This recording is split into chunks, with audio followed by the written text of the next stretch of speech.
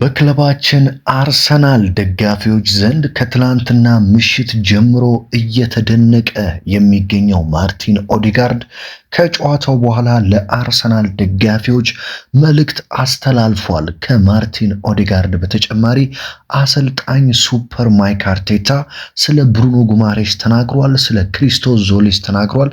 እንደዚሁም ስለ አጠቃላይ ጨዋታውና ስለ ማይልስ ሉዊስ ስኬሊ እንደዚሁም ስለ ኦዴጋርድ አሰልጣኝ ሚኬል አርቴታ ተናግሯል። በነገራችን ላይ ብሩኖ ጉማሬሽም ለአርሰናል ደጋፊዎች መልእክት አስተላልፏል። ስለ ብሩኖ ጉማሬሽ ጉዳትም እንግዲህ አዲስ መረጃ ወጥቷል ማለት ነው። እንደተለመደው በአማረ መልኩ ወደ እናንተ ይቀርባል። ይሄ የአርሰናል ደጋፊዎች ቻናል ነው። በኢትዮጵያ ትልቁ የአርሰናልን ዜናዎች ብቻ የሚያደርሰው የዩቲዩብ ቻናል ነው። ሰብስክራይብ ያላደረጋችሁ ሰብስክራይብ ማድረግ አትርሱ። እንግዲህ ውድ አድማጭ ተመልካቾች ዩቲዩብ ነውና ላይክ በማድረግ ጀምሩ። ምክንያቱም የዩቲዩብ አልጎሪዝም ታውቁታላችሁ። እናንተ ላይክ ስታደርጉት ቪዲዮን በደንብ ለብዙዎች ስለሚያደርሰው ላይክ በማድረግ ብቻ መጀመሪያ አትርሱ። በቀጥታ ወደ መረጃዎቹ ነው የምወስዳችሁ። ምን አይነት አስደናቂ ምሽት ነው ትላንትና ያሳለፍ ነው። ወደ ኦዴጋርድም ወደ አርቴታም ንግግር ከማለፊ በፊት አቃለው ዋንጫው የኮሚኒቲ ሺልድ ዋንጫ ነው። ይሄን ያህል ትልቅ ትርጉም ያለው ዋንጫ አይደለም። ለኛ 18ኛ ዋንጫችን ነው። ዝም ብለን ስናሳካው የኖርነው የዋንጫ አይነት ነው የኮሚኒቲ ሺልድ። ነገር ግን ከዋንጫው በላይ ትላንትና የአርሰናል ደጋፊዎችን ያስደሰተን ነገር የክለባችን አርሰናል አቋምና በጨዋታው ላይ ያሳየነው ፍጹም የሆነ ብቃት ነው። በነገራችን ላይ እንደ ቡድንም እንደ ግልም በጥራት እጅግ በጣም ከፍ ብለን ያመሸንበት ጨዋታ ነበር። አንደኛ ሁላችንም ስጋት ላይ ነበርን። ስጋታችን ደግሞ አርሰናል በፕሪሲዝን ዝም ብሎ ግብ እየተቆጠረበት ነው፣ ዝም ብሎ እየተሸነፈ ነው፣ ምን ሊውጠን ነው ተጫዋች ካላስፈረምን በሚል ሁላችንም ስጋት ላይ ነበርን። ለዛ ነው የትላንትናው ጨዋታ በጣም ያስደነቀንና የተገረምነው ማለት ነው። ታዲያ የጨዋታው ኮከብ ተብሎ የተመረጠው ካፕቴን ማርቲን ኦዴጋርድ ከጨዋታው በኋላ ተናግሯል። እንግዲህ ካፒቴን ማርቲን ኦዴጋርድ ከጨዋታው በኋላ ሲናገር ምን አለ? አመቱን በድል መጀመር ፈልገን ነበረ። ከድሉ ጎን ዛሬ ምርጥ ጨዋታ አድርገናል። በዚሁ አቋም መቀጠል አለብን። ያለንበትን ደረጃ አሳይተናል። ዝግጁ እንደሆንን ለሁሉም አሳይተናል። በድጋሚ መጀመር እንፈልጋለን። የፕሪሚየር ሊጉን ዋንጫ ድጋሚ ከፍ አድርገን መሳም እንፈልጋለን ሲል ማርቲን ኦዴጋርድ የተናገረ ሲሆን ብሩኖ ጉማሬሽ ከመጀመሪያው አርሰናልን ከረገጠበት ቀን ጀምሮ ልዩ ነው፣ ክሪስቶስ ዞሊስም ምርጥ ነበር ሲል እንግዲህ ካፕቴን ማርቲን ኦዴጋርድ ተናግሯል። ኦዴጋርድ በነገራችን ላይ በትላንትናው ጨዋታ በጣም የሚያስደንቅ ቁጥራዊ መረጃ ልንገራችሁ። ማርቲን ኦዴጋርድ በትላንትናው ጨዋታ እንግዲህ አንድ ግብ አስቆጥሯል። 2 ቁልፍ የሆኑ ፓሶችን ማድረግ ችሏል።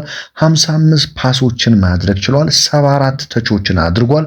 2 ሹቶችን ሹት ሲያደርግ 9 ሪከቨሪዎችን ማድረግ ችሏል። 5 የአንድ ለአንድ ግንኙነት 5 ዱዌሎችን ማለት ነው ሲያሸንፍ 100% የተሳካ ድሪብል ማድረግ ችሏል። ትላንትና ምሽት እንግዲህ በተደጋጋሚ አንስቼዋለሁ። ማርቲን ኦዴጋርድ ማለት የአርሰናል የልብ ምት ነው። በቃ ይሄ ያለቀ ጉዳይ ነው። አርቴታ ኦዴጋርድን ለምን እንደሚወደው ዝም ብሎ ለምን እንደሚያሰለው ካለፈው ዓመት ጀምሮ ስናገር የነበረው ነገር ነው። አርሰናል ኦዴጋርድ ምርጥ ከሆነ የሚያቆመው አይኖርም። ምክንያቱም ተከላካዮቻችን በጣም ጥራት ያላቸው ናቸው። አጥቂ ስፍራ ላይ ደግሞ የኦዴጋርድ ጥሩ መሆን ብቻ የሚጨምረው ነገር አለ። ምክንያቱም ኦዴጋርድ አይደለም የዓለም ምርጥ አጥቂ፣ ተራ አጥቂ እንኳን እንዲያስቆጥር አድርጎ ነው ሁሉንም ነገር ጨርሶ ኳስ የሚያቀርባችሁ። ከእናንተ የሚጠበቀው መንካት ብቻ ነው። ስለዚህ የኦዴጋርድ ምርጥ መሆን የአርሰናልን የአጥቂ ድክመት በደንብ አድርጎ የሚሸፍን ነው። ለዚህ ነው አርቴታ ባለፈው ፕሪሲዝን ከኮሞ ጋር አቻ ከወጣንበት ጨዋታ በኋላ አንድ ነገር የተናገረው፣ እመኑኝ በዚህ ዓመት ማርቲን ኦዴጋርድ ድንቁን ማርቲን ኦዴጋርድን ትመለከታላችሁ። እጅግ በጣም በጥሩ መንፈስ ላይ ነው የሚገኘው። ሰውነቱ በደንብ ሪከቨር አድርጎለት ነው የመጣው። በዓለም ዋንጫው ያሳየው ብቃት ጠቅሞታል። በጣም ድንቅ ሆኖ ነው የመጣው። በዚህ ዓመት የናፈቃችሁትን አምና በጉዳት ምክንያት ያላየነውን ኦዴጋርድ ታያላችሁ ሲል አርቴታ የተናገረበት ምክንያት ይሄ ነው። ትላንትና ስትመለከቱት በጣም ይሮጣል፣ አይደክመውም። ኳሶችን እንደሚገባ ነበር ሲሸከም የነበረው። እንደ አምነው ከረፍት በኋላ እንኳን አይታችኋል። በዛው ወደ 67 ደቂቃ እንዴት ሲሮጥና የሲቲን የመሃል ሜዳ ሲጫወትባቸው እንደነበር ስትመለከቱ ኦዴጋርድ ሰውነቱ በጥሩ ቁመና ላይ ከተገኘ ማንም ሊያቆሙ ማይችል ተጫዋች እንደሆነ በደንብ ተመልክተናል ማለት ነው። እንግዲህ አሰልጣኝ ሚኬል አርቴታ ከጨዋታው በኋላ አንዳንድ ነገሮችን አንስቷል። ሚኬል አርቴታ እንግዲህ ሲናገር ምንድን ያለው? በጣም ተደስቻለሁ። የዛሬው ጨዋታ አስደናቂ ነበረ። በጨዋታው ባሳየነው እንቅስቃሴ ከልክ በላይ ተደስቻለሁ። ከጨዋታው በኋላ ለተጫዋቾቼ እነሱን በማየት እየተዝናናው እንደነበር ነግሬያቸዋለሁ ሲል አርቴታ የተናገረ ሲሆን ስለ ክሪስቶስ ዞሊስ አንድ ነገር ተናግሯል። አርቴታ ምንድን ያለው? እሱ ምን አይነት ተጫዋች ነው? ሌሎች ሲቸኩሉ፣ ሌሎች ሲሳሳቱ ትክክለኛውን ነገር ሲያደርግና ሲወስን የነበረ ተጫዋች ነው ሜዳ ላይ ሲል ነው እንግዲህ አርቴታ ስለ ክሪስቶስ ዞሊስ የተናገረው ማለት ነው። ሜዳ ላይ ሌሎቹ በሙሉ ሲሳሳቱ የማይሳሳተው ትክክለኛ ውሳኔ የሚያደርገው ተጫዋች ክሪስቶስ ዞሊስ ነው ያለው አሰልጣኝ ሚኬል አርቴታ። በነገራችን ላይ ዞሊስ በትላንትናው ጨዋታ 2 አሲስቶችን አድርጓል። 2 ቢግ ቻንሶችን ክሬት ማድረግ ችሏል።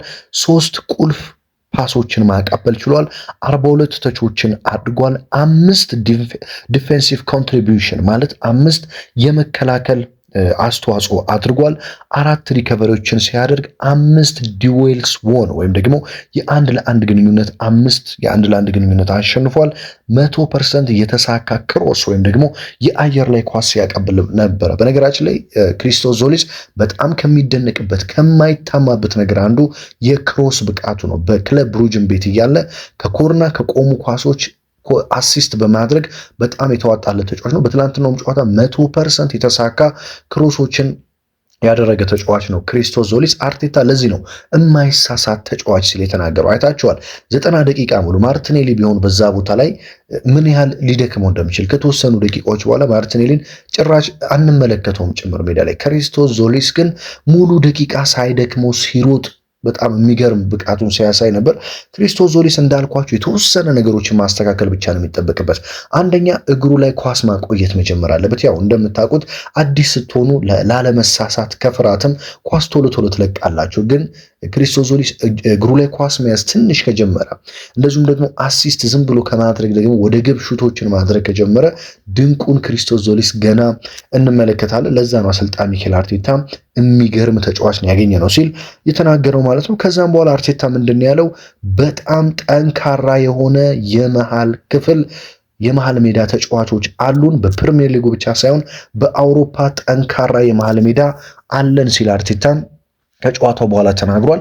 ትናንትና እንግዲህ ተቀይሮ የገባው የመሃል ሜዳ ቋሚ ሆኖ የገባው የመሃል ሜዳን ስትመለከቱ ምን አይነት የመሃል ሜዳ ነው? ይህንን የመሃል ሜዳ ማን ነው የሚያስቆመው ነው እንድትሉ የሚያደርጋችሁ። ትናንትና ብሩኖ ጉማሬሽን ተመልከቱ። ከአርሰናል ጋር አንድ ጨዋታ አይደለም ረጅም ጊዜ የተጫወተ ነው የሚመስለው ብሩኖ ጉማሬሽ። የትናንትና ብቃቱን ስታዩ ከፈረመ ገና 1 ሳምንት ወይ 2 ሳምንት የሆነው ተጫዋች ነው ወይስ በአርሰናል አካዳሚ ያደገ ተጫዋች ነው ምን የሚያስብለው? ምክንያቱም በጣም የተረጋጋ ፓሶቹ በሙሉ ልክ የሆኑ ኢንተርሴፕት የሚያደርጋችሁ የሲቲ መሃል ሜዳ ሙሉ በሙሉ ድምጥማጣቸውን ነው ያጠፋው ከኦዴጋርድ እና ከሉዊስ ስኬሊ ጋር በመሆን ማለት ነው። በጣም አስደሳቹ ዜና ደግሞ ብሩኖ ጉማሬሽ ምንም አይነት ጉዳት አልገጠመውም። ትላንት ብዙዎቻችን ስጋት ገብቶን ነበር። ምክንያቱም ተቀይሮ ከወጣ በኋላ እግሩ ላይ ገመድ ነገር አስሮ በረዶ ነገር አስሮ ሲገባ ምንድነው የሆነ ነገር ሆነ እንዴ ብለን ነበር። ነገር ግን ብሩኖ ጉማሬሽ ምንም ነገር እንዳልገጠመው ተረጋግጧል በአሁኑ ሰዓት ማለት ነው። ይሄ በጣም አስደሳች ዜና ነው። ምክንያቱም እኔ ቀጣይ አሁን ብሩኖ ጉማሬሽ ስኬሊና ኦዴጋርድን ተመልክተናል መሃል ሜዳ ላይ ብሩኖ ጉማሬሽ እና ራይስ ሲሆኑ፣ ብሩኖ ጉማሬሽ ራይስ ኦዴጋርድ፣ ብሩኖ ጉማሬሽ ራይስ ኤዜ፣ እነዚህን ምን አይነት ጥምረት ነው ልንመለከት የምንችለው የሚለውን ማየት በጣም ስለምፈልግ የብሩኖ ጉማሬሽ አለመጎዳት እፎይ የሚያስብል ነገር ነው። ብሩኖ ጉማሬሽ እንግዲህ ከጨዋታው በኋላ ለአርሰናል ደጋፊዎች መልእክት አስተላልፏል። በነገራችን ላይ ዋንጫ ለማሸነፍ ትክክለኛው ቦታ ነው የመጣሁት። አርሰናል የመጣሁት ዋንጫዎችን ለማሸነፍ ነው። ይሄ ገና ጅማሮ ነው። ገና 4 ዋንጫዎች ይቀራሉ። በዚህ ዓመት ብዙ ነገር እናሳካለን። ስለዚህ የአርሰናል ደጋፊዎች ተዘጋጁ ሲል ብሩኖ ጉማሬሽ ከጨዋታው በኋላ የተናገረ ሲሆን ዴክላን ራይስ አሁን የኔ ቤስት ፍሬንዴ ነው ወይም ደግሞ ጓደኛዬ ነው። እንደ በፊቱ ጸብ የለንም። ከሱ ጋር አንድ ቡድን አንድ ማሊያ በመልበሴ በጣም ደስተኛ ነኝ ሲል ብሩኖ ጂ እንግዲህ ከጨዋታው በኋላ ተናግሯል ማለት ነው። አሰልጣኝ ሚኬል አርቴታ ስለ ብሩኖ ጉማሬሽም ሲናገር ምንድን ያለው? በጣም አስደናቂ ተጫዋች መሃል ሜዳ ላይ ጨምረናል። አማራጮቻችንን እንደፈለገ የሚያበዛልን ከቡድኑ ጋር በቶሎ የተላመደ ተጫዋች አግኝተናል ሲል ተናግሯል አርቴታ ማለት ነው። አርቴታ እንግዲህ ስለ ሉዊስ ስኬሊ ተናግሯል። በነገራችን ላይ ስለ ሉዊስ ስኬሊ አርቴታ ሲናገር በጣም ነው ደስ ያለኝ። ሉዊስ ስኬሊ በማንም ማንተካው ከአካዳሚያችን ያገኘነው አርሰናልን የሚወድ ሙሉ ብቃት ያለው የተሟላ ተጫዋቻችን ነው ሲል ነው የተናገረው። ገና ከሱ ጋር ብዙ አብረን የምናሳልፈው ጊዜ አለ ሲል እንግዲህ አሰልጣኝ ሚኬል አርቴታ የሉዊስ ስኬሊ በአርሰናል ቤት የመቆየት እድሉ ሰፊ እንደሆነ ፍንጭ ሰጥቷል ማለት ነው። ሉዊስ ስኬሊ ከአርሰናል ቤት ይለቃል የሚል ሰው ካለ ትላንትና ብየዋለሁ፣ ወዲያውኑ መባረር ያለበት ራሱ የሰው ነው እንጂ ስኬሊ ምን አይነት ተጫዋች ነው? ምን አይነት አሲስት ነው ለሪካርዶ ካላፊዮሪ ያደረገለት? ሪካርዶ ካላፊዮሪን ተመልክታችኋል እንግዲህ ሪካርዶ ካላፊዮሪ በነገራችን ላይ በጣም እኔ ደካማ ጎን የምለው የካላፊዮሪ ጉዳት ነው። ጉዳት ከሌለበት ሪካርዶ ካላፊዮሪ አንደኛ አጥቂያችሁን ያበዛላችኋል። ተከላካይ ጋር አይቆምም፣ ወደፊት ይመጣል፣ አጥቂያችሁን ያበዛዋል። ከዛ የተጋጣሚ ተከላካዮችን ግራ ያጋባቸዋል። አሁን ትላንት የሲቲ ተከላካዮችን አይታችኋል። ገና 25ኛው ሰከንድ ነው ተከላካይ ከዛ መጥቶ እዚህ ይመጣል ብለው በፍጹም አልጠበቁም። እነ ሃቨርትን እነ ዞሊስን እነ ማዱኬን ስለመያዝ በሚያስቡ ሰዓት ነው ካላፊዮሪ ከየት መጣ ሳይባል ከሉዊስ ስኬሊ ያገኛትን ኳስ በግሩም ሁኔታ ያስቆጠራት።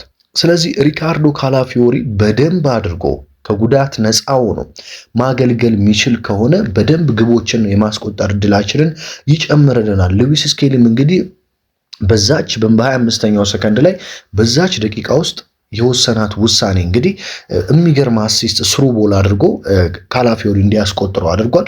ታዲያ ሉዊስ ስኬሊ በፍጹም ከክለባችን አርሰናል ይለቃል ተብሎ የማይጠበቅ እንደሆነ አርቴታ ጥሩ ፍንጭ ነው እንግዲህ ትላንትና የሰጠን ማለት ነው። ስለዚህ ሉዊስ ስኬሊ በክለባችን አርሰናል መቆየት ያለበት ተጫዋች ነው። እኔ በማንም የማልተካው ተጫዋች ነው በአሁኑ ሰዓት ሉዊስ ስኬሊ ማለት ነው። ምክንያቱም ተከላካይ ላይ ጉዳት ቢገጥማችሁ ተከላካይ አድርጋችሁ ታጫውቱታላችሁ።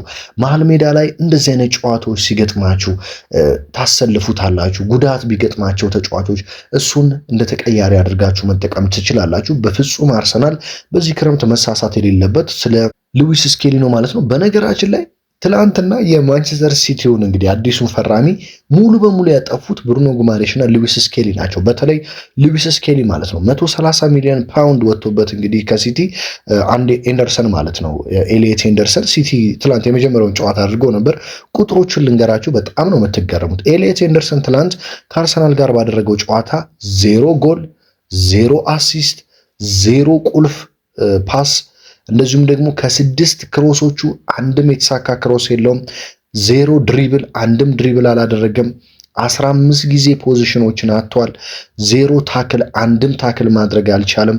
እንደዚሁም ደግሞ የመሬት ላይ የግራውንድ ዱዌል ሶን የመሬት የአንድ ለአንድ ግንኙነቶች ከሶስቱ አንዱን ብቻ ነው ማሸነፍ ይቻለው ኤሊየት ኤንደርሰን። ይህንን ሙሉ በሙሉ የመሃል ሜዳውን ድምጥማጡን ያጠፋው ደግሞ ሉዊስ ስኬሊ ከብሩኖ ጉማሬሽ ጋር በመሆን ጭምር ነው ማለት ነው። ይህንን የመሃል ሜዳ ሙሉ በሙሉ ድምጥማጡ የጠፋው እንግዲህ አርቴታ ካሁን በኋላ እንደየጨዋታው መሃል ሜዳውን በደንብ አድርጎ መምረጥ ይችላል። ለምሳሌ አርብ ዕለት ከኮቨንትሪ ሲቲ ጋር ጨዋታ አለን። ጨዋታውን በሜዳችን ኤምሬት ነው የምናደርገው። አሁን ደግሞ ደስ የሚለው የአርሰናል ደጋፊ ከስጋቱ እፎይ ብሏል። ምክንያቱም አንደኛ በክረምቱ ተጫዋች አለማስፈረማችን ሌሎች ቡድኖች ሲያስፈርሙ፣ ሁለተኛ በቅድመ ወዳጅነት በፕሪሲዝን ባሳየነው ደካማ ብቃት ምክንያት ስጋት ገብቶ ነበር። አሁን ግን እሁድ ባየነው ፐርፎርማንስ፣ ትላንትና ባየነው ድንቅ ፐርፎርማንስ የፕሪሚየር ሊግ ጨዋታዎችን ዘና ብለን መመልከት እንችላለን። ምክንያቱም አርሰናል አሁንም ጥንካሬውን እንዳላጣ እንደውም ጭራሽ ብሶበት እንደመጣ በደንብ ስላየን ደግሞ ገና አስቡት ገና 2 ሳምንት 3 ሳምንት ነው ልምምድ የሰሩት አንድ ላይ።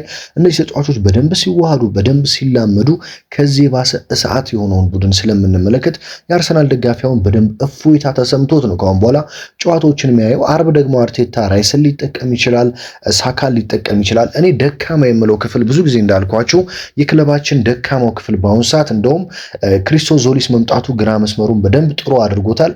የኖኒ ማዱኬ ጉዳይ ነው ትናንትና ቅር ሲያሰኘኝ የነበረው ኖኒ ማዱኬን በቡካዮ ሳካ ስንተካ በጣም ድንቁን አርሰናል ድጋሚ እናያለን። ክርስቲያን ሞስኬራ ግን መደነቅ አለበት። ብዙዎቻችን ትላንትና እነ ኦዲጋርድን እነ ዞሊስን ስናደንቅ ክርስቲያን ሞስኬራን ሙሉ በሙሉ ረስተነው ነበር። ክርስቲያን ሞስኬራ ምን አይነት ቀን ያሳለፈው ትላንትና። የብዙዎቻችን ስጋት እንግዲህ የዊሊያም ሳሊባ መጎዳት በጣም ቡድናችንን እንደሚያሳሳው፣ ባለፉት የወዳጅነት ጨዋታዎች 6 ጎሎችን ማስተናገዳችን አበቃልን፣ ያለ ሳሊባ አንዘልቀው፣ ማጋሌሽ ያለ ሳሊባ አይሆንም ስንል ነበር ብዙዎቻችን። ነገር ግን የክርስቲያን ሞስኬራና የማጋሌሽ ጥምረት ትላንትና ብዙዎቻችንን ሲያስደንቀን ሲያስገርመን ነበር የነበረው። ክርስቲያን ሞስኬራ በጣም የተረጋጋ ከእድሜው በላይ የበሰለ ረጅም ዓመት በአርሰናል ቤት የተጫወተ የሚመስል ብቃትን በትላንትናው ጨዋታም በደንብ አድርጎ ማስመልከት ችሏል፣ ለአርሰናል ደጋፊዎች ማለት ነው። እኔ እንግዲህ በተለይ እንደ ትላንትናው አይነት ብቃት ተከላካዮቻችን በተደጋጋሚ የሚያሳዩን በተደጋጋሚ የሚደግሙት ከሆነ የአርሰናል የተከላካይ ስፍራ ያለ ዊሊያም ሳሊባም ያን ያህል ችግር የሚገጥመው አይመስለኝም። የምን ኳንሳ የምን ኮንሳ ነው እያለን የምንገኘው። ምክንያቱም ክርስቲያን ሞስኬራ ጉዳት የማይገጥመው ከሆነ በዛ ቦታ ላይ በደንብ አድርጎ ቦታውን መሸፈን እንደሚችል ትናንትና አስመልክቶናል። በጣም መደነቅ ያለበት ተጫዋች ነው ክርስቲያን ሞስኬራ ማለት ነው። ገና በመጀመሪያ እንግዲህ የፉክክር ጨዋታ ወይም የነጥብ ጨዋታ ላይ ክሊንሺት ይዘን መውጣት መቻላችን በእርግጥ የዴቪድ ራያ ብቃትም እንዳለ ሆኖም ካላፊዮሪና ሂንካፔ መረሳት የለባቸውም። በጣም አስገራሚ ብቃታቸውን በትናንትናው ጨዋታ ሁለቱም ቦታ ካላፊዮሪም እያለ ኢንካፔም ተቀይሮ ሲገባ ድንቁ ብቃታቸውን አሳይተውናል። ትንሽዬ ስጋት ነገር የሚገባን ተከላካይ ስፍራ ላይ የቤን ዋይት ጉዳይ ነው። ቤን ዋይት ትላንትና ምርጥ ነበር፣ አዎ። ነገር ግን አንዳንዴ የተወሰኑ ሩጫዎችን ሲቀደም የተወሰኑ ስህተቶችን ሲሰራ ክፍተቱ ትንሽ ጉዳት ያለበት ቦታ እንደውም የቤን ዋይት ቦታ ነው እንጂ ተከላካዮቻችን በጣም ጥሩ እንደነበሩ በሚገባ አይተናል ብዬ አስባለሁ። ክርስቲያን ሞስኬራ አንዳንዴ እንደውም የቤን ዋይትን ክፍተት ለመሸፈን ጭምር ወደ ቤን ዋይት ቦታ እየመጣ በደንብ ሲያግዙ የተመለከተን ይመስለኛል። ብሩኖ ጉማሬሽም ጥሩነቱ ትላንትና ወደኋላ እየተመለሰ እንደ 5ኛ ተከላካይ፣ ሉዊስ ስኬሊም እንደ 6ኛ ተከላካይ ወደኋላ እየተመለሱ ሲቲዎች ሙሉ ለሙሉ መፈናፈኛ እስኪያጡ ድረስ ነው። ትላንትና እንግዲህ ግን ማስቆጠር አልቻሉም። አርሰናልን በፍጹም ሊያስከፍቱ አልቻሉም። የክርስቲያን ሞስኬራን ብቃት ማድነቅ ያለብን በነገራችን ላይ ፕሪሚየር ሊግ ውስጥ ካሉ ከአርሰናል ጋር ላለፉት ዓመታት ለዋንጫ አንገት ለአንገት ሲተናነቅ የነበረው ባለፉት 12-13 ዓመታት የፕሪሚየር ሊጉ በጣም ጠንካራው ቡድን የነበረ ሲቲ ላይ ያንን ብቃት በማሳየቱ እንደነ ከዛ በታች የሆኑ ቡድኖች ከነ ኮቨንተሪ ጋር በነበሉት ከነ ሃል ሲቲ ጋር በሉት ኤቨርተን፣ ቦርንማውዝ ብትሏቸው ከሌሎች ቡድኖች ጋር ሲሆን ከሲቲ ጋር ይህንን ብቃት ካሳየ ከነሱ ጋር የማይደግምበት ምንም ምክንያት ስለሌለ ነው ክርስቲያን ሞስኬራ ትላንትና ያሳየን ብቃት አስደናቂ ነው ያልኳችሁ ማለት ነው። እንግዲህ አርሰናል 50ኛ ዋንጫውን አሳክቷል። ትላንትና 18ኛ የኮሚኒቲ ሺልድ ዋንጫችንን ያሳካ ነው። አርቴታ ደግሞ 3ኛ የኮሚኒቲ ሺልድ ዋንጫውን ማሳካት ችሏል። አምና በዋንጫ ዓመቱን ድምድመን አሁን ደግሞ በዋንጫ ዓመቱን ከፍተናል። ከምንወዳደርባቸው 5 ዋንጫዎች አንዱን አሳክተናል። አሁን ለ4 ዋንጫዎች ነው የምንፋለመው፣ የፕሪሚየር ሊግ፣ ሻምፒዮንስ ሊግ፣ ካራቦ ካፕ እና የኤፍኤ ካፕ ማለት ነው። በዚህ ዓመት እኔ አርሰናል እንዲያሳካው የምፈልገው በትልቁ የሻምፒዮንስ ሊጉን ዋንጫ በጥብቅ እንድናሳካው ፈልጋለሁ። በእርግጥ የፕሪሚየር ሊጉን ዋንጫም ደግመ ነው ፕሪሚየር ሊጉን ለሚቀጥሉት ዓመታት ቀኝ ግዛት እንድንገዛው ነው ትልቁ ፍላጎቴ። ለዚህም ይሁን ደግሞ ትልቅ አቅምና ብቃት እንዳለን ከትላንትናው ጨዋታ ተረድቻለሁ ብዬ አስባለሁ። አርቴታ ጥሩ ሐሳብ፣ የተለየ ነገር ይዞ መጥቷል። እንዳለፈው ዓመት ዝም ብሎ ገግሞ እየጠለዘ የሚውል አርሰናልን ሳይሆን፣ ምክንያቱም አምና ትዝ ይላችኋል የማንክደው አርሰናል ዋንጫውን ይፈልገው ስለነበረ በጣም አስቀያሚ ጨዋታዎችን ጭምር እየተጫወተ ነጥቦችን ይዞ ይወጣ ነበር። ያ በእርግጥ የዋንጫ አሸናፊ የዋንጫ ቡድን ሜንታሊቲ ቢሆንም ያንን ደግሞ ብዙ የአርሰናል ደጋፊዎች በጥሩ መልኩ ደግሞ የሚጫወተውን አርሰናል ማየት ናፍቀን ነበር። አሁን ያንን እያየን ይመስለኛል። እንዳለፈው ዓመት ዝም ብሎ የሚጫወት አርሰናል ወይም ደግሞ ተከላክሎ ብቻ የሚወጣ ሳይሆን በደንብ ኳስ የሚቆጣጠር በደንብ አድርጎ ተጋጣሚን የሚያስጨንቅ በአንድ ጨዋታ ብዙ የግብ ዕድል የሚፈጥር ደጋፊዎችን እያዝናና ከአሁን አርሰናል ምን ያደርጋል የሚለውን በጉጉት እያየ እየተዝናና የሚወጣበትን ጨዋታዎች እንደሚያሳየን አርቴታ የተወሰኑ ፍንጮችን ሰጥቶናል ብዬ ነው የማምነው። እንግዲህ ቀጣይ ጨዋታችን አርብ ዕለት ከኮቨንትሪ ሲቲ ጋር ነው የምናደርገው በሜዳችን ኤምሬትስ ማለት ነው። ከ3 ቀናት ዛሬ ሰኞ ነው፣ ያው ከ4 ቀናት በኋላ ማለት ትችላላችሁ። በትላንትናው ጨዋታ ምን ተመለከታችሁ? ማንን አደነቃችሁ? ማን ነው አንጀታችሁን ቅቤ ያጠጣው? እንግዲህ የእናንተን ሀሳብ ኮመንት ላይ እንድታስቀምጡልኝ እፈልጋለሁ። ውድ አድማጭ ተመልካቾቼ፣ ቤተሰቦቼ፣ የአርሰናል ደጋፊዎች እንግዲህ ለእኛ ጥሩ ዓመት እንደሚሆን እመኛለሁ። ካሁን በኋላም ክለባችን አርሰናል በዚሁ ጥሩ እንቅስቃሴ እንዲቀጥል ከልብ ምኞቴን ገልጻለሁ ማለት ነው። እንደ ማርቲን ኦዲጋርድ ያሉ ተጫዋቾች ደግሞ ጉዳት እንዳይገጥማቸው ከልቤ ምኞቴ ነው። በሌላ ወሳኝ መረጃ በሌላ ወሳኝ ጥንክር እስከምንገናኝ ሀገር ውስጥ ከባህር ማዶ በመሆን ይህንን ቻናል በየቀኑ በመከታተል ከጎኔ የሆናችሁትን በሙሉ ከልብ ነው ማመሰግናችሁ። እንዳለፈው ዓመት እያንዳንዱን ጨዋታ ከጨዋታ በፊት ከጨዋታ በኋላ የክለባችን አርሰናልን እያንዳንዱን ከመልበሻ ክፍል እስከ ሜዳ ላይ የሚወጡ አዳዲስ መረጃዎችን ማድረሴን እቀጥላለሁ። ከእናንተ የሚጠበቀው ቤተሰብ መሆኑ። በሌላ መረጃ በሌላ ጥንክር እስከምንገናኝ በያላችሁበት ሰላም ተመኘውላችሁ።